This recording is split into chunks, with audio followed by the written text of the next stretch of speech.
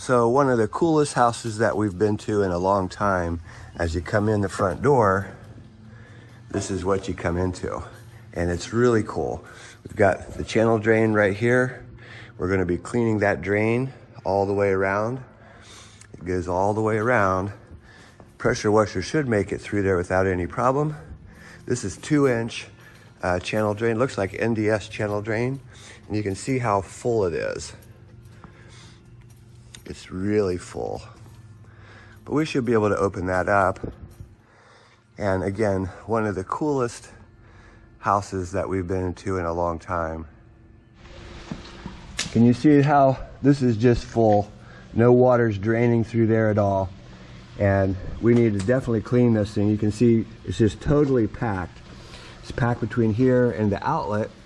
It's hard to see it through this mesh, but totally packed. And you can see it. If your channel drains get to this point, you need to clean those channel drains. Don't wait. Clean those lines. Maintenance is so important. It's so important. So we'll start by pulling back some of this gravel just so it doesn't make quite such a mess. And this has a natural discharge. It comes over here to this great big 6-inch opening. Looks like it's working pretty good. I don't see another opening on the wall, so all the water that comes from the channel drains and the pool deck runs through the gravel. It is kind of graded down this way, and it should all discharge right over here. This channel drain is so packed full of debris that it took a long time actually just to start the jet down the line. I mean, just the first 4 feet was just solid sand, solid debris. This home was built in 2006, so this is 2022. How many years is that? It's never been cleaned. And she told me that during the last few big rainfalls, and remember, it rains here every day, 2 to 3 inches in the afternoon within an hour. And the last couple of rainfalls, the pool is overflowing. And no wonder, the channel drain is totally packed. Normally a 2-inch channel drain, the deco drain, whatever you want to call it, it'll easily keep up with big rainfalls. It's not so much the size, it has to be clean. So this is maintenance, lots of it. And you can see the jets coming all the way down. Look at the debris that's coming out. This is our first pass. We actually ran this jetter down through here 6 times before we had a good flow of water coming clean to the end of the channel drain. Okay, for the do-it-yourselfer, these 90-degree turns are tough. Sometimes you have to drill a hole, a 1-inch hole, so that you can actually make that turn. It's pretty tough to make the turn for the do-it-yourselfer. We're able to twist and twist our cable until it gets around that because we do this every day.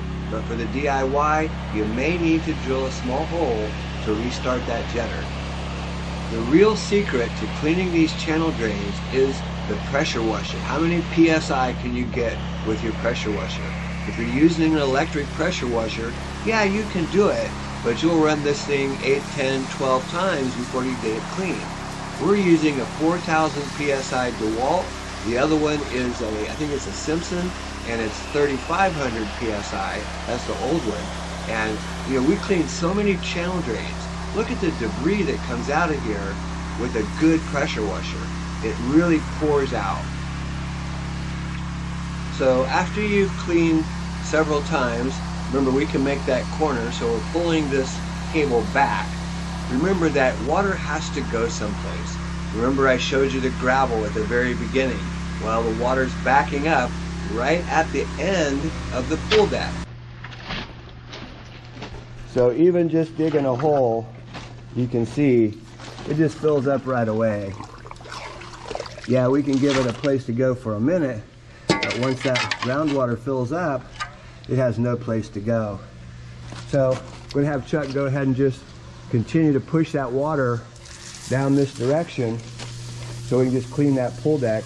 And then what we're going to have to do is install some type of a drain that goes along the deck and over to, can you see that water following the deck?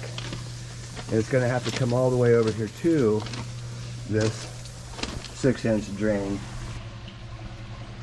So this side's a little tougher because we've got, we'll call it a 45, and we've got to get that cable, that hose with a jetter to make that turn. Once we make that turn, it'll be great. Then we have another 45 over here. We just have to kind of twist the hose back and forth until it gets around that corner. And it comes up here. And we need to do the same thing here at this corner. For the DIY, you might be able to pop that off. You see there's a seam right there. You might be able to pop that off. Otherwise, you need to drill a hole to start the jet. This is side 2, and it's actually the hardest side. There is so much debris down in this channel drain that little trees are growing out of the channel drain. I mean, we see this a lot, but this one's really bad. Remember, brand new house, 2006, never been cleaned. Look at the amount of debris that the jetter's making out of this on the first pass. How much debris is coming out on the first pass? But to make it even worse is the installers put this channel drain right alongside of the foundation. You'll see that here as it comes around the corner. Can you see it right there? Channel drain is right beside the foundation. As it rains hard, water pours across that area and down under the home. Not the best way to install a channel drain.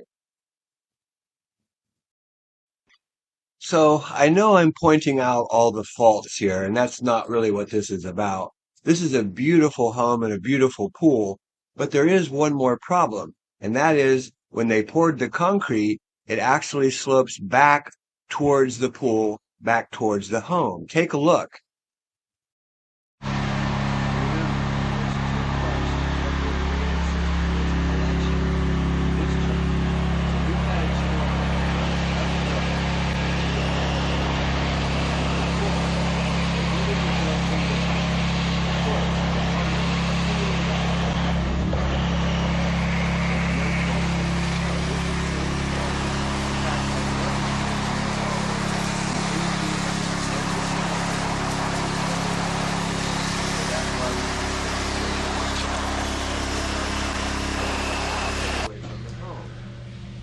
So the biggest problem with channel drain, can you see all that water? We've got a clean channel drain, but it doesn't go anywhere. So it comes out here and it just dead ends into the dirt. So you can see it just floods. It's uphill going over to the wall. So what it's doing is trying to run all the way down and out that 6-inch hole I showed you. Channel drains need discharge. That's why this backed up. Somewhere around here, there is a channel drain. I'm going to dig a hole and see if we can't get this water to drain. So channel drains, they have to have a discharge. Everyone that I've ever seen install, they simply dead end the channel drain at the end of the concrete. And this is that concrete's actually uphill to this point, and then you can see it's even more uphill before it gets to the wall. I dug a huge hole here. See all the debris I took out, the dirt? And it just fills up instantly. We need a drain that goes from the end of the channel drain. It's going to have to come along this pool deck. Just 3-inch pipe would be fine. It'll come over and go into the 6-inch line. It'll tie into the new system we're going to put in. But this is still the example of it. This side's not as bad, but you can see we've got a great brand new channel drain. We just cleaned it. It's perfect. But look, the water has no place to go. So what happens when it rains hard, water pools up here and begins to back up down the line. She told me that during the last big rainfall that this pool overflowed. And I mean, it's got a pretty good significant amount of roof that comes down, and there is no gutter here. Well, I'll take that back. There is some super gutter here on this structure, but gutters need cleaned. You can see they're overflowing.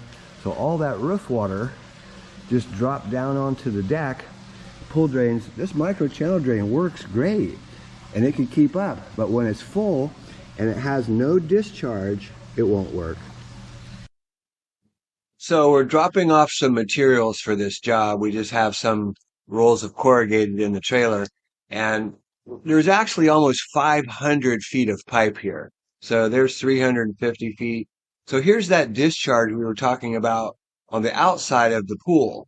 And you see that it's still trying to drain. It does run through there, but it's way too slow. So we need to install the drains from the end of the channel drain, which will tie into our new system. Let's go over this. Always remember to white line your excavation. We are going to install an open trench drain 2 feet deep, 2 feet wide, perforated pipe surrounded by gravel. As the water drops out of the valleys, it will go into the gravel system and it will be collected, then solid pipe all the way out to the street. There are so many contractors that do not white line the area. And for the homeowners, the DIY, you should also white line the area. This helps the locators know exactly where you're going to install. And I promise that the locators will do a much better job if you white line it, because they can see what you're actually going to do. It actually took a whole can of paint to do this, over 500 feet of white line.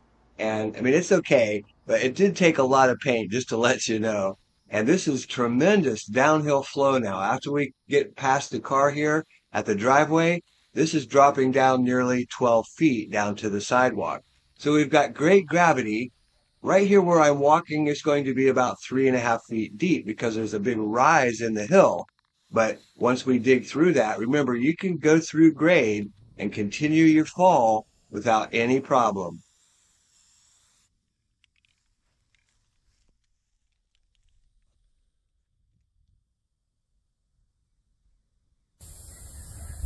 So hopefully you learned a little bit about cleaning the channel drain. And the two big things are, collection. That channel drain needs to be maintained, has to be open. And the discharge. Remember how bad, where there's just no place for that water to go. And this is very typical of almost every home in the US. Installers, they put that channel drain in the concrete and it just stops at the end of the concrete. Of course, over time, it just backs right up. Hey, this is Chuck with Apple Drains, reminding you that if you believe you can do something, I guarantee you can do it. Have a great day.